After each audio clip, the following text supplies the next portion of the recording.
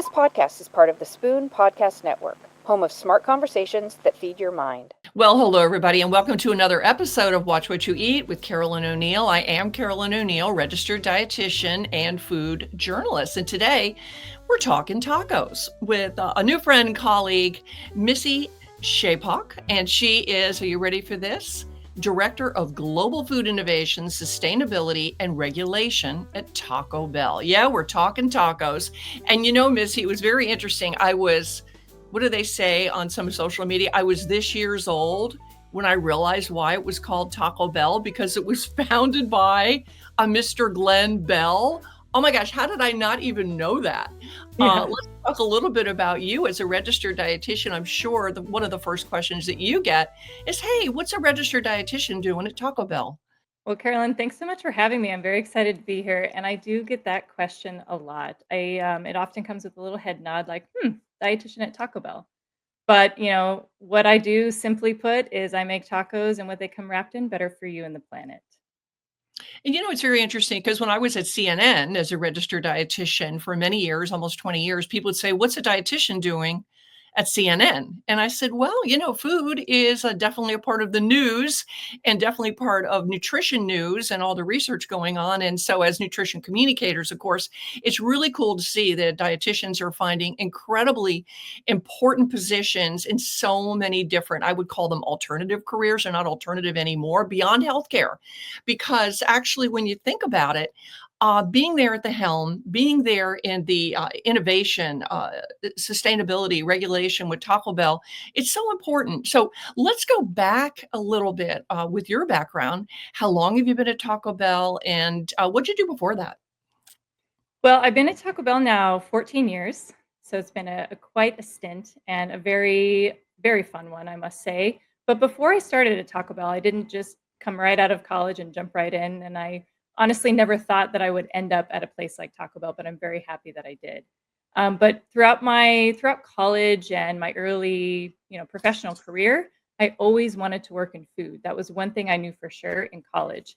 I knew the clinical route was not for me, and so I did everything in my power, whether it was volunteering or side jobs, where it was something food related. So one of my very first jobs in college, when I was at San Diego State, I was working for the San Diego Olympic Training Center. And that job was so cool because I got to be a line cook and a prep cook with the chefs that basically feed meals to Olympic athletes. And so that was really where I learned some of my first and true essential knife skills and culinary skills, really learning how to dice, the difference between dicing and chopping and julienne, and rotating through the back of house prep areas and then getting to serve the athletes food. I wasn't necessarily involved in the meal preparation or the meal planning and design, but I got to cook the food and serve the food to the athletes. And then you've been at Taco Bell for quite a while. And are you the first dietitian in this position? I mean, your position has also evolved over the years. It has, absolutely. Yes, I am actually the first dietitian for Taco Bell. They didn't exactly hire me to be Taco Bell's dietitian. They hired me to work in product development and food innovation. But once I got my feet wet, I asked my boss if nutrition was something that I could lead within the organization.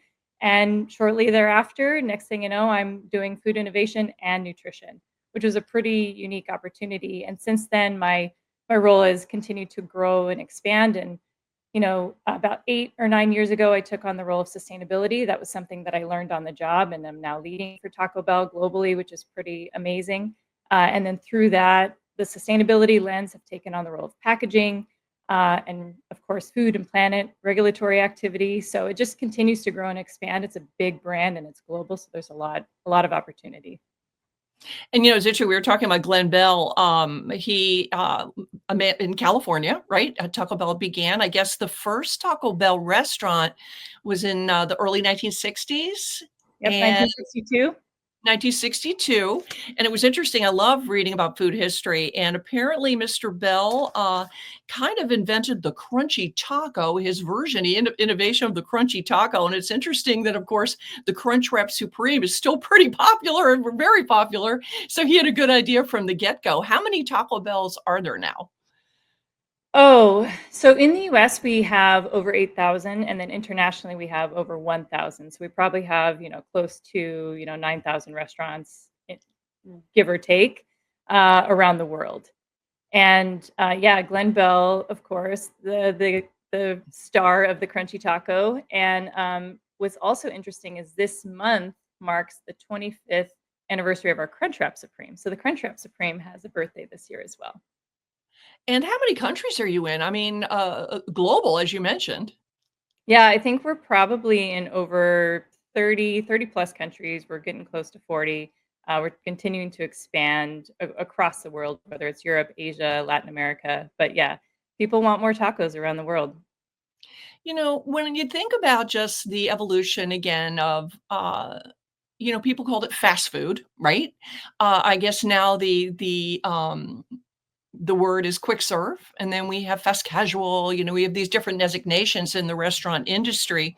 Um, but when I think about my first experience at a Taco Bell, it was across the street from my high school in Largo, Florida, not Key Largo, but Largo, Florida in Pinellas County, right there in Missouri Avenue. And I remember going there after school and being so excited to try a taco.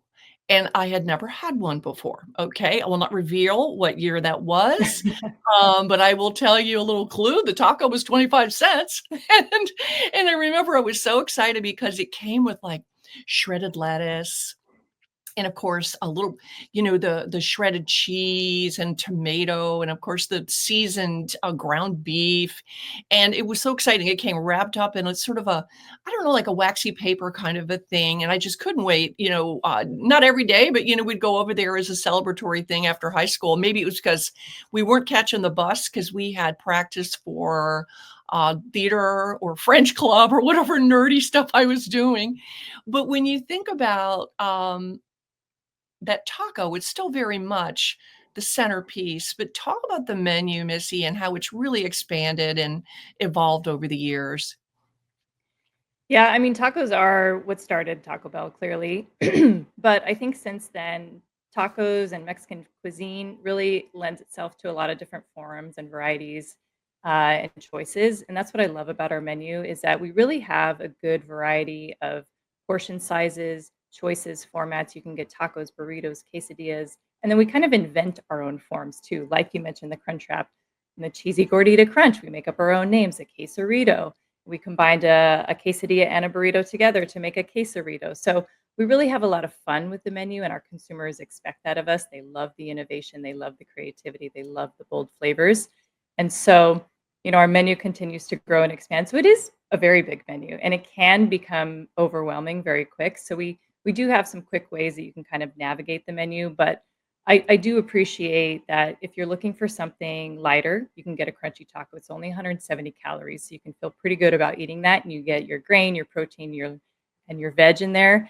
And then you can get something indulgent, like I mentioned, the quesarito. So we've got everything in between, and our menu is really built on we've curated these things for you, and we think this is the best expression. But also, we know that we want to provide you some flexibility. So that's where customization comes in, and our customers know that, and they definitely have fun with customizing their favorite orders too. You know what I love on the website, and for those of you watching on YouTube, you can see these images. If you're not, I'm going to be adding these to our show notes. But for example, I'm just going to pull up a page from the website, Missy. And again, it shows you the add-ons that you could choose if you want to.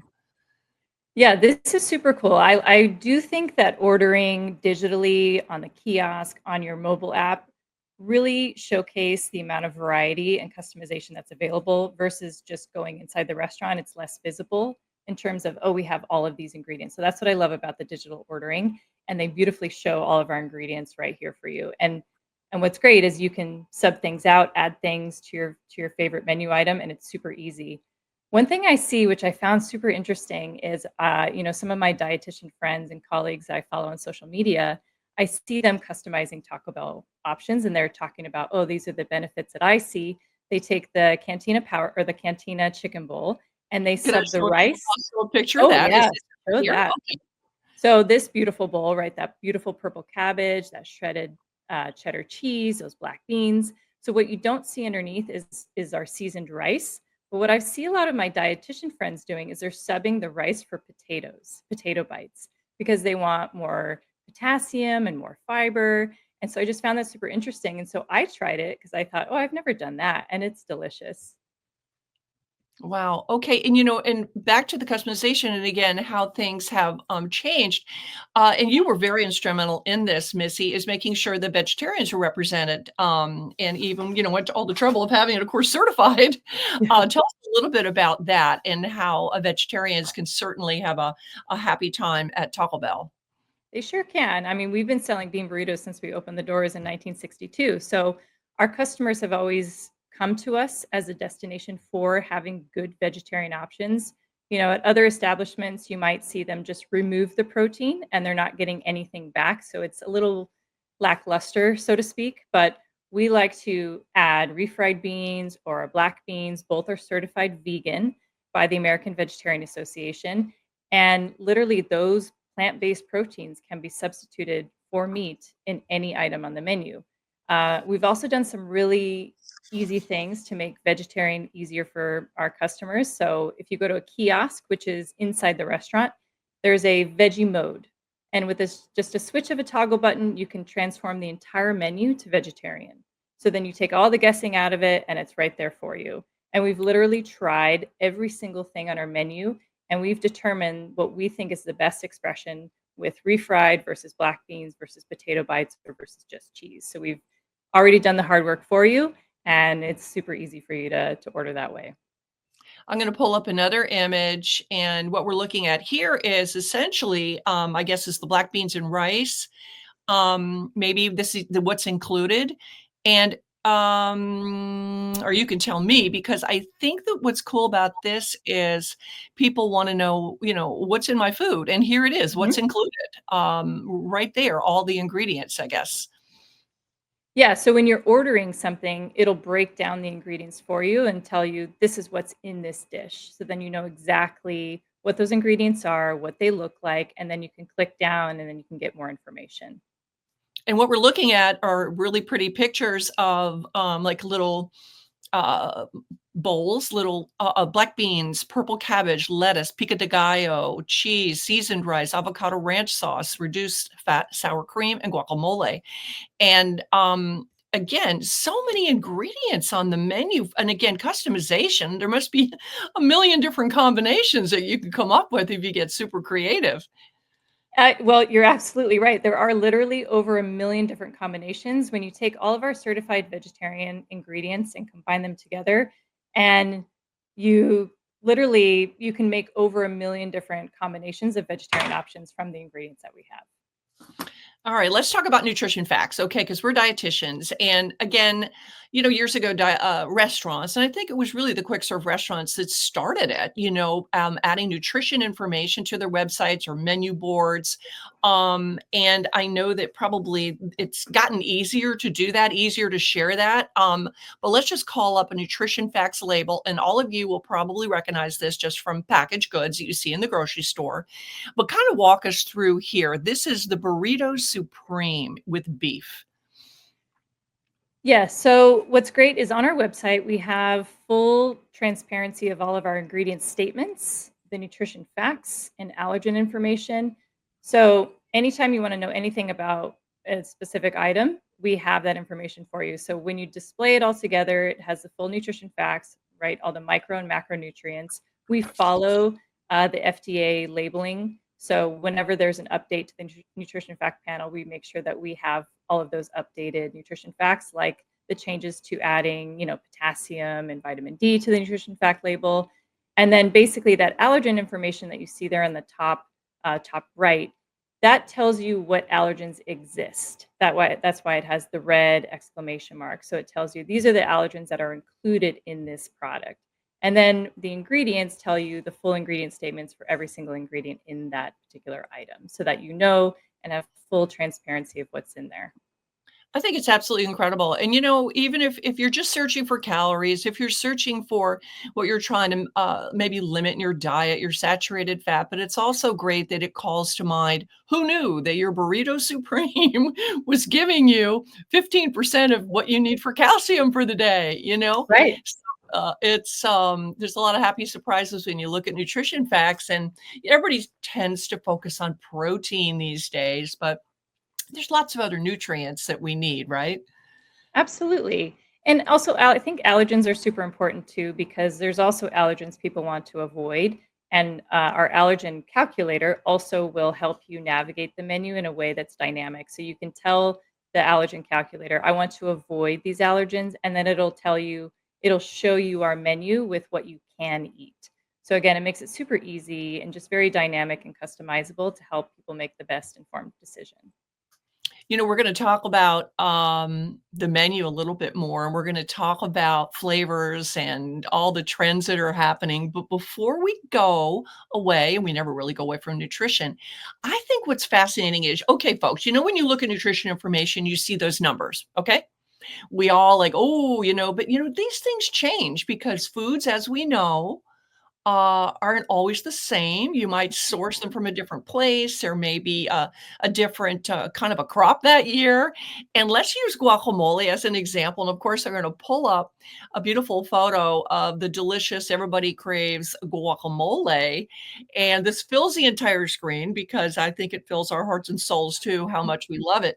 But Missy, tell us a little bit about the challenge, I guess, and I don't know, kind of fun of coming up with the nutrition numbers for guacamole.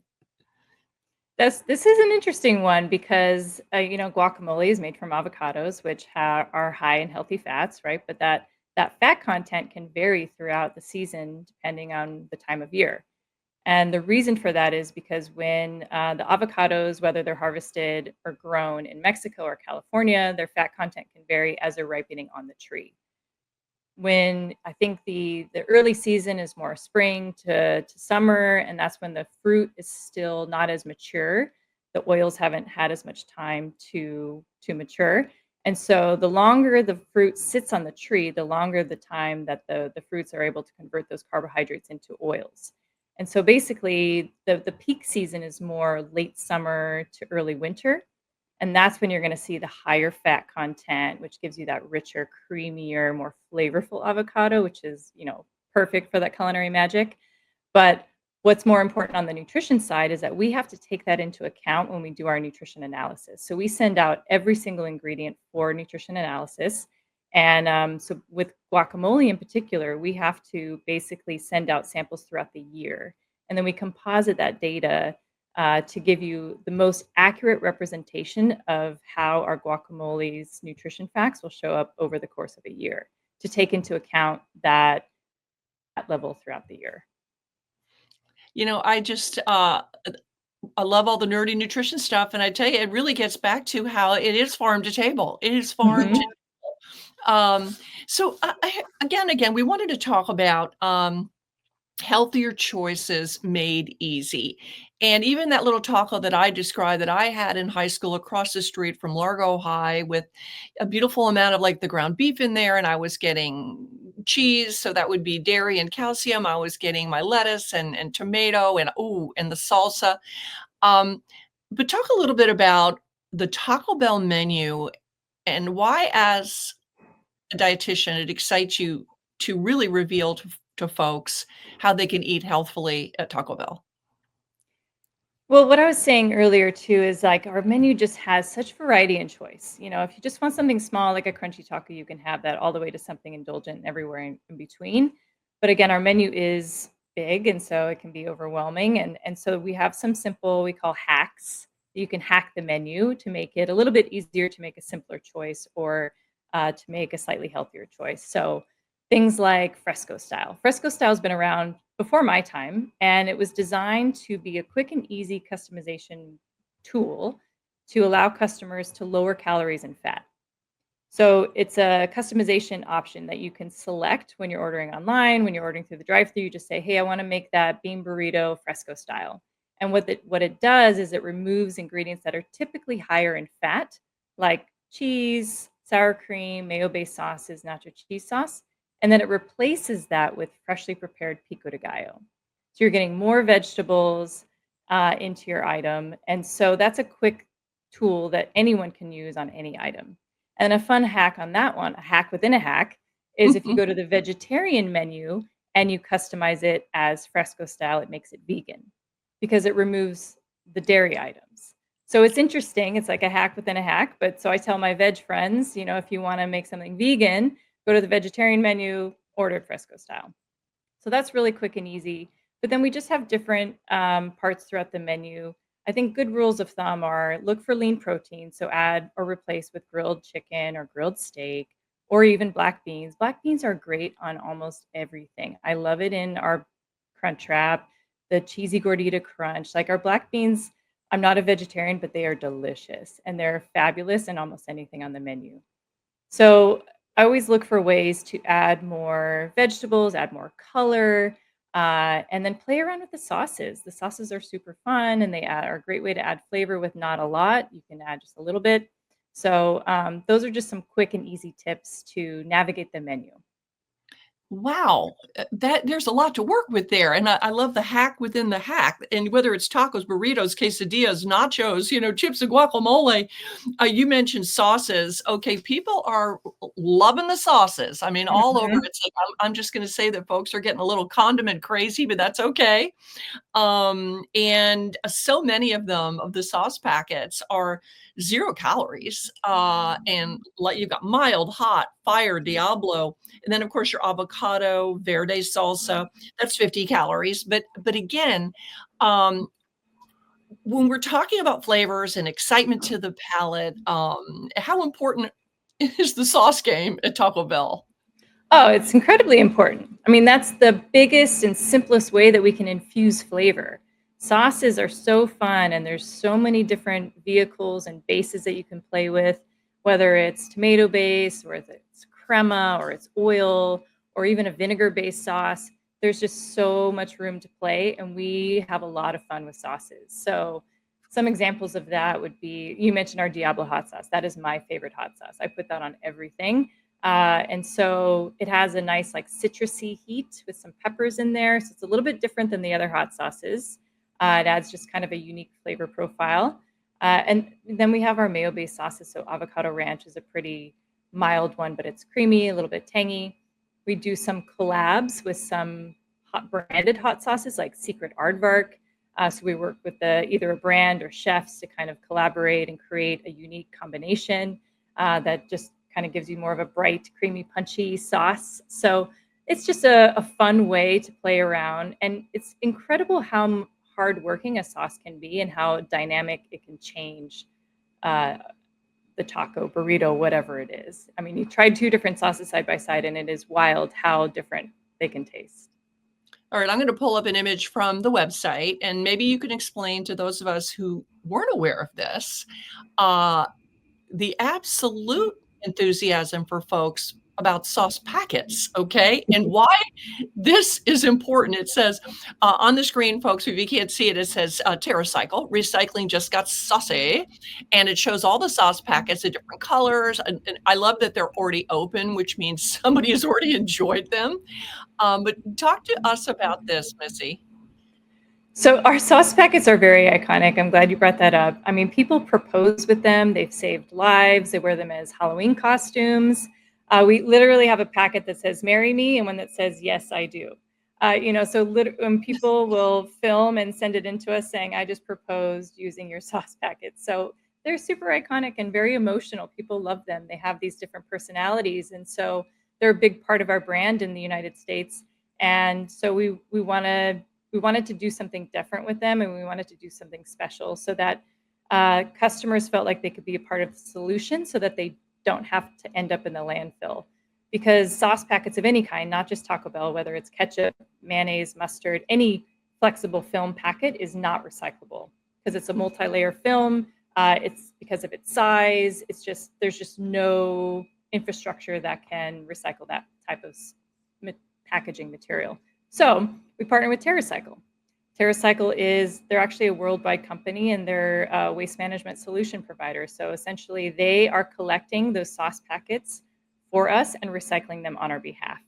And the way that customers can participate, and it could be anyone in the United States, doesn't have to be a Taco Bell customer, will accept any brand of sauce packet or sauce container from anyone around the world, or in the United States, not around the world. Yeah.